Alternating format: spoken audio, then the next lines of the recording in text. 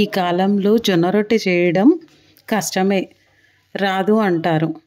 నిజమే, జొన్న రొట్టె చేయడం కష్టమే.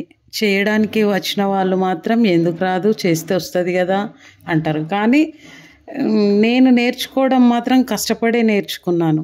ఎందుకంటే నేను నేర్చుకున్నప్పుడు నా వయసు చాలా చిన్న వయసు, 9 ఏళ్ళ వయసు ఉన్నప్పుడు నేర్చుకున్నాను నేను.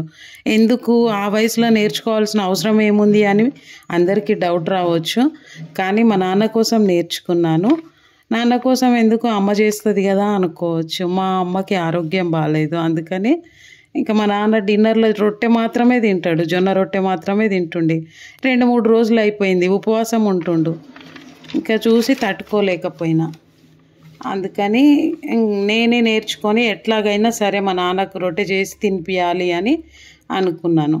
ఇంకా ఆ వయసులో నేను నేర్చుకున్నాను చేయటం. చాలా కష్టపడి నేర్చుకున్నాను 3-4 రోజులు. తర్వాత లాస్ట్కి నేర్చుకొని చేసి మా నాన్నకు తినిపించిన తర్వాత హ్యాపీగా ఫీల్ అయ్యాను.